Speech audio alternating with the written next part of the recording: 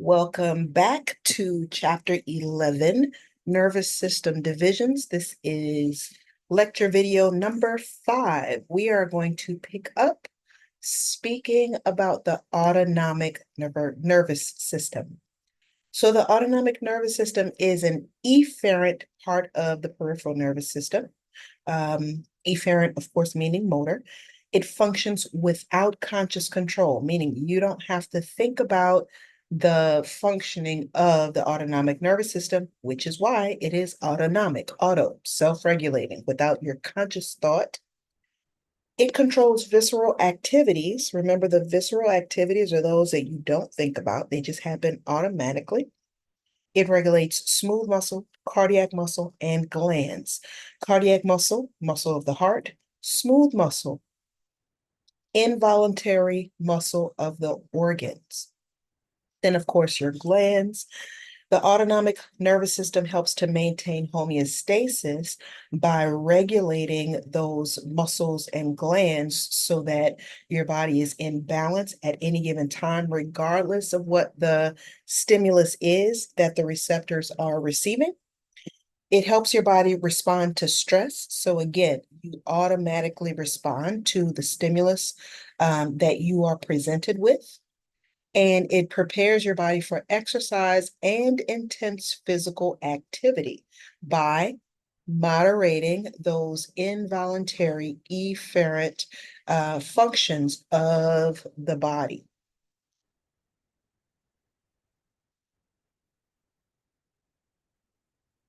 So some general characteristics of the autonomic nervous system. The hypothalamus exerts the main control over the autonomic nervous system. Remember, the hypothalamus is part of the brain, and that is the portion that is the main controller over all the automatic functions, the subconscious functions that occur in your central nervous system. Reflexes in which afferent nerve fibers transmit signals from the viscera and skin to neural centers in the central nervous system regulate some of the autonomic nervous system activity. In response, your motor or efferent impulses will travel through the cranial-spinal nerves to the ganglia outside of the CNS. So reflexes, going back to that first paragraph or second sentence, reflexes in which sensory nerve fibers transmit signals from the viscera, from the organs and skin to the neural centers of the central nervous system, will regulate some of the autonomic activity.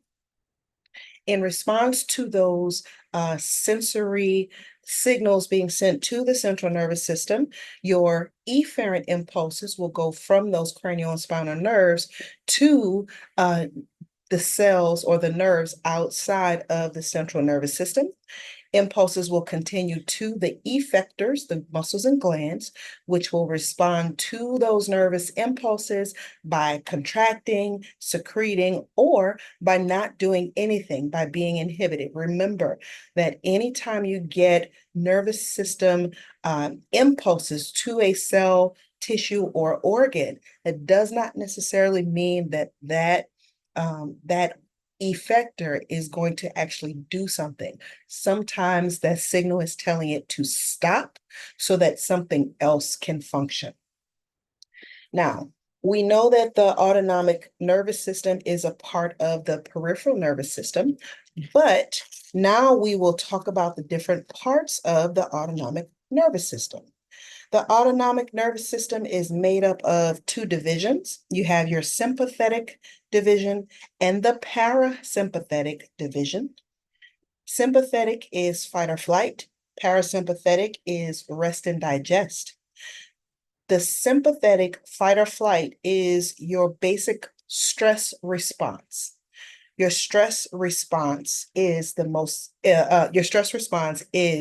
how your body responds when some danger or threatening stimulus occurs and you are trying to get out of that situation.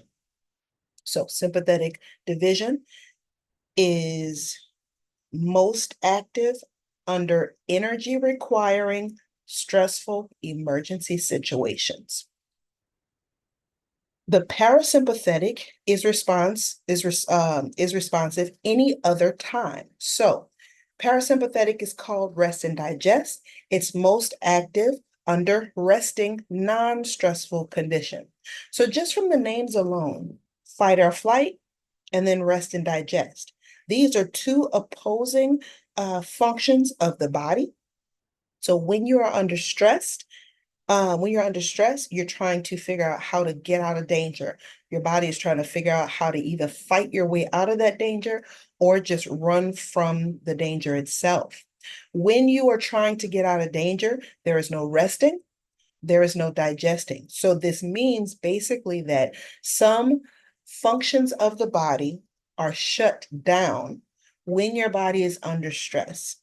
This is why if you're too anxious, if you're too nervous, you cannot fall asleep. Or if you do fall asleep, usually it's not restful sleep because your body is still trying to figure out how to get out of danger, even though you are trying to fall asleep. This is also why when you are anxious, when you are stressed, when you are trying to work through some things, whether it is actual danger or say you're trying to study for a test, write a paper last minute, or whatever it is, that you don't necessarily digest food well. Food kind of sits in the stomach. Your stomach churns and gurgles. It just does not go down well if you're under stress because your body cannot or will not send all the energy that it takes to digest food. It doesn't send that energy to the digestive system when you're under stress because it wants to divert all of that energy. Remember, this is energy requiring. It wants to divert all of that energy that it normally takes to digest to get you out of danger. All right. So you're either in sympathetic mode or parasympathetic mode. You're either running for your life or you're resting and having other things in your body function the way they're supposed to function. Most organs receive input from both divisions. So these organs will either be amped up or shut down when you are under stress. And alternately, other organs will be amped up or shut down when you are trying to rest and digest.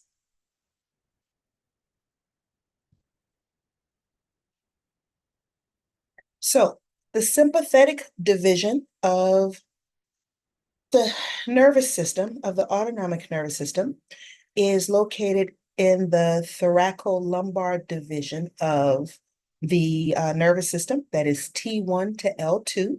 Yes, you need to know T1 to L2 is the thoracolumbar division of the sympathetic division of the autonomic nervous system. Now it says thoracolumbar, thorax, lumbar. These are the two divisions or two of the main divisions of the vertebral column, spinal cord. And that is encompassing all of the thoracic nerves and a couple of the lumbar nerves. So remember, T1 to L2, thoracolumbar division. Preganglionic fibers originate in the spinal cord. It leaves the ventral roots, leaves the spinal nerves, leaves the spinal nerve through the white rami and enter the sympathetic chain, which is also called the paravertebral ganglia. Excuse me. The sympathetic chain ganglia and the fibers that connect them make up the sympathetic trunk. So what I want you to do is make sure you understand, look up the terms sympathetic trunk, look up the term sympathetic chain ganglia and paravertebral ganglia so that you can know what these two statements mean. Sympathetic chain ganglia lie some distance from the viscera they regulate, so they are not next to or near the organs that they are controlling. Other sympathetic ganglia, such as the contralateral ganglia, are close to the viscera. So many of them are distance away, but Occasionally, like collateral ganglia, you have some that are close to the viscera. Postganglionic fibers run from the sympathetic ganglia to the peripheral effectors.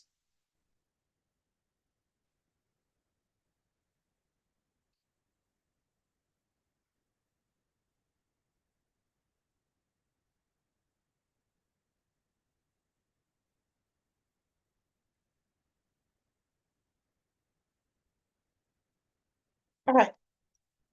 So actions of the autonomic neurotransmitters. Remember, neurotransmitters are the chemicals that are secreted by the neurons in order to help pass signals on from one neuron to another neuron or from one neuron to some other cell. Most organs are innervated by sympathetic and parasympathetic divisions with opposite actions. Remember, sympathetic is fight or flight. Parasympathetic is rest and digest. Those are opposite actions, but they both innervate most organs to help them either speed up or slow down during either stress or rest times.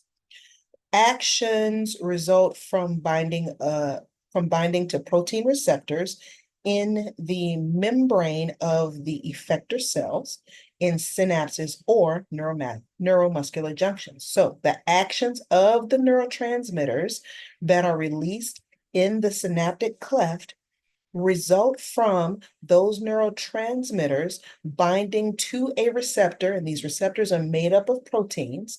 These receptors are located in the membranes of the effector cells. All right, so actions of neurotransmitters will cause the receptors to bind to the neurotransmitters of whatever cell that neuron is connecting to in the synapse or in the neuromuscular junction. Now you have two main types of receptors that we're going to discuss.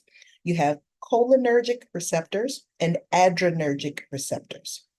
Cholinergic receptors bind to acetylcholine. Remember acetylcholine, we were introduced to acetylcholine when we talked about the muscles. And we were talking about the neuromuscular junction. Acetylcholine was the neurotransmitter that was released from the vesicles in the terminal button or terminal button of the axon. And it released that neurotransmitter into the synaptic cleft. Remember, those neurotransmitters, acetylcholine, would then diffuse across that cleft to the receptor of the receiving cell. So that was the neuromuscular junction. That basically happens whether the the axon of the presynaptic neuron is connecting to another neuron or to an effector. So the two types of cholinergic receptors, or the two types of receptors that bind to acetylcholine. So acetylcholine is a cholinergic type of receptor. You have muscarinic and nicotinic receptors. Both of these are types of cholinergic receptors. The muscarinic receptors are excitatory. They are slow. They're also activated by fungal toxin. The fungal toxin is called muscarine. So as they were researching these different types of receptors, they were putting a bunch of different chemicals made by humans and other organisms into the dish with the receptors to see which ones would activate the receptor. And they found that this fungal toxin, muscarine, would bind to one type of cholinergic receptor. So muscarinic receptors are a type of cholinergic receptor that is excitatory but slow. The other type of cholinergic receptor is nicotinic receptor. The nicotinic receptors are excitatory and rapid. They are fast. They are also activated by tobacco toxin, nicotine. So again, they were taking all of these substances and putting it in a dish with excuse me, excuse me, with these cholinergic receptors. And they found that the nicotine also activated some of the cholinergic receptors, which is why they call them nicotinic. And these receptors were excitatory and quick. So cholinergic receptors are excitatory. Some of them are rapid. Excuse me. Some of them are rapid, the nicotinic receptors, and some of them are slow, the muscarinic receptors. The other type of receptor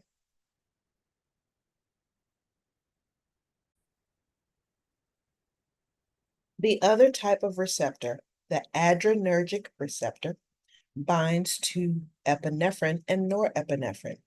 Epinephrine is called adrenaline. Norepinephrine is called noradrenaline. So adrenergic receptors are for adrenaline. Another name for adrenaline is epinephrine. So epinephrine, norepinephrine, adrenaline, noradrenaline. So there are two types of adrenergic receptors. You have alpha and beta receptors. Each of these elicit different responses on different effectors. So adrenergic receptors, there's alpha and beta. Cholinergic receptors, there's muscarinic and nicotinic.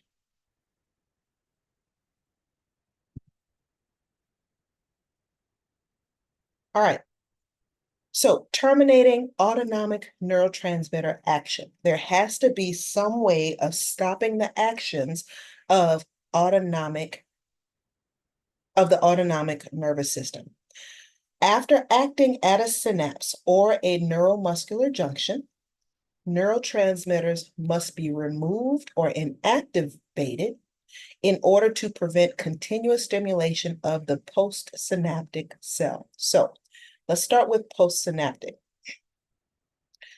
In postsynaptic, okay, so what a postsynaptic cell is if, let's say, this word is one neuron, and this is another neuron, this would be the direction of the stimulus is coming from this way and heading toward that way.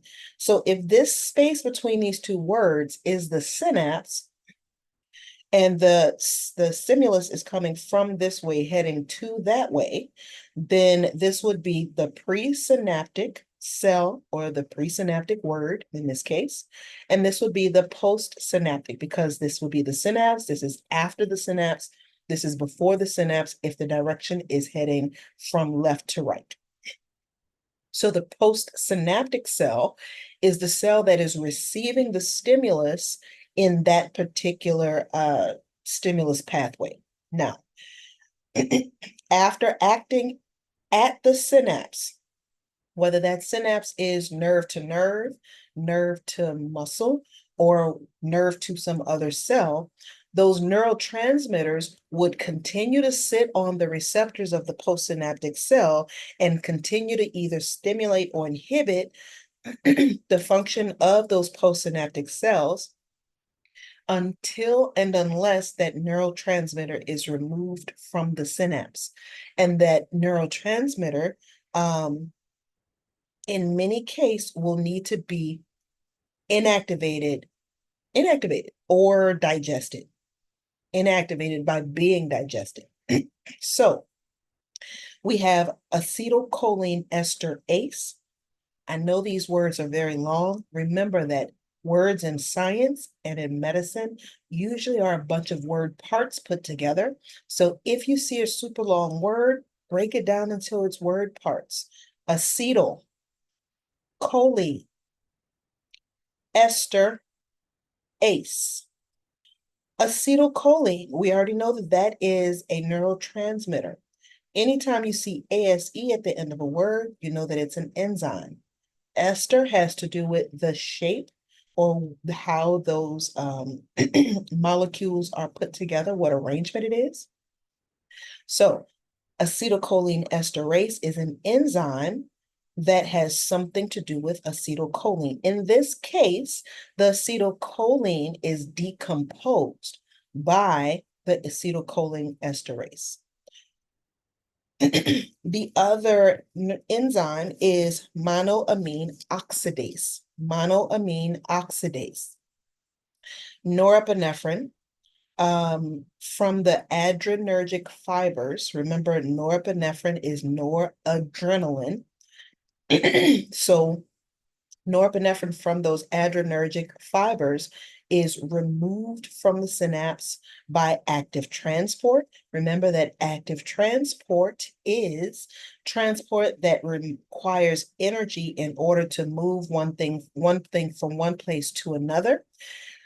Usually active transport is moving against the concentration gradient. So most of the time, when you see active transport, or let me rephrase that.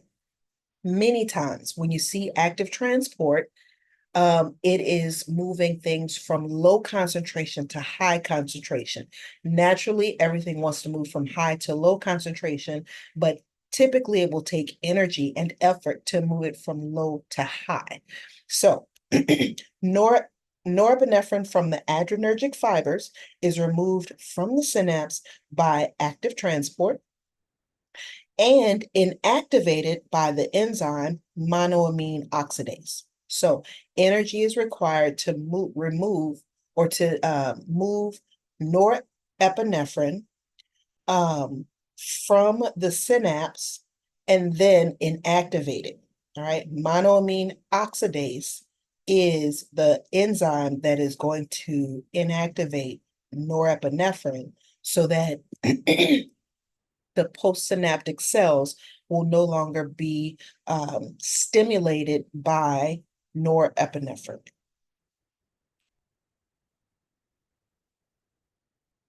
Lifespan changes. So these are the ways that nervous system will change throughout the lifetime. So brain cells begin to die before birth due to apoptosis, which is a form of normal programmed cell death.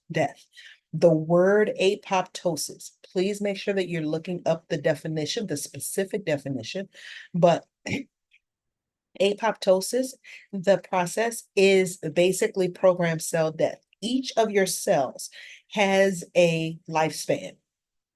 Oops. Each of your cells has a lifespan. How long it is depends on the cell, the function of the cell, where it's located. Neurons in your brain will live for years once they mature, whereas your red blood cells will live for 3 to 4 months, all right? Because of apoptosis, they have a scheduled cell death date. Some of the brain cells died before you were born. So your brain was developing, going from one cell to a multi-cell organism. As your brain was forming, some of those cells are no longer needed. So they died before you were even born. But throughout your life, other cells will die as they approach their programmed cell death. Over the average lifetime, the brain will shrink by 10%, which means some people's brains will shrink less, some will shrink more.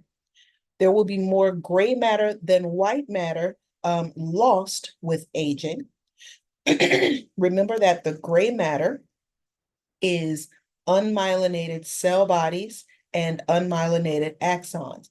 Unmyelinated cell bodies, that's actually an oxymoron because cell bodies are never myelinated. But that is what makes up gray matter, is those unmyelinated axons and the cell bodies. And so more of the gray matter will be lost through aging than white matter. I can only assume that's because the myelin sheath is protecting the myelinated fibers. Many cells die in the temporal lobes, but few in the brain stem. Remember that the brain stem is what is responsible for your automatic life functionings, your things that you don't think about, your organs functioning.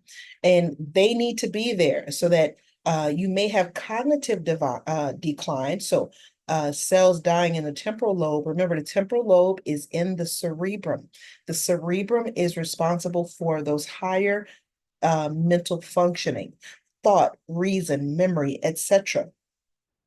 As a person gets older, many of these cells will die. That is why, as a person gets older, their memory might not be as good. Their recall may not be as good. Their decision making may not be as good, etc. Because many of those cells die, but the functioning of the brain stem remains intact.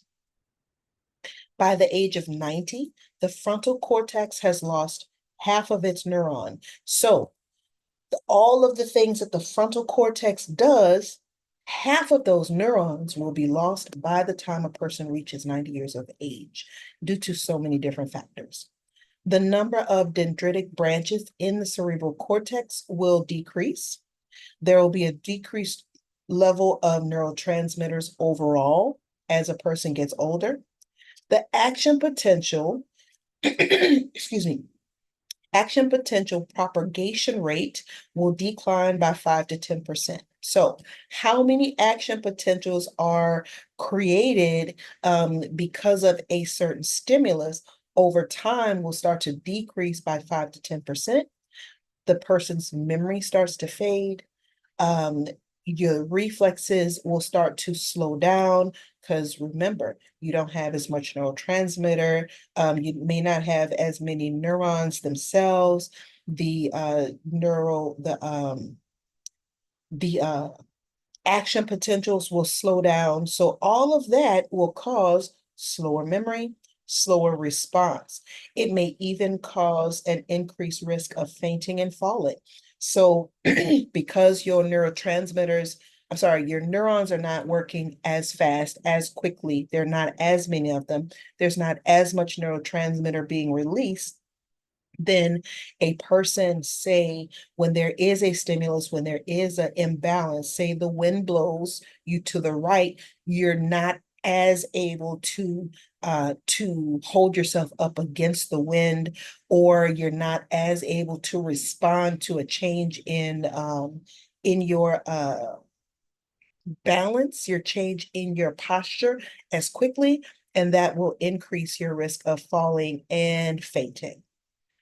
Changes in sleep patterns that result in fewer sleeping hours. All right. So all of these are changes that will occur as a person ages. And that is the end of chapter 11.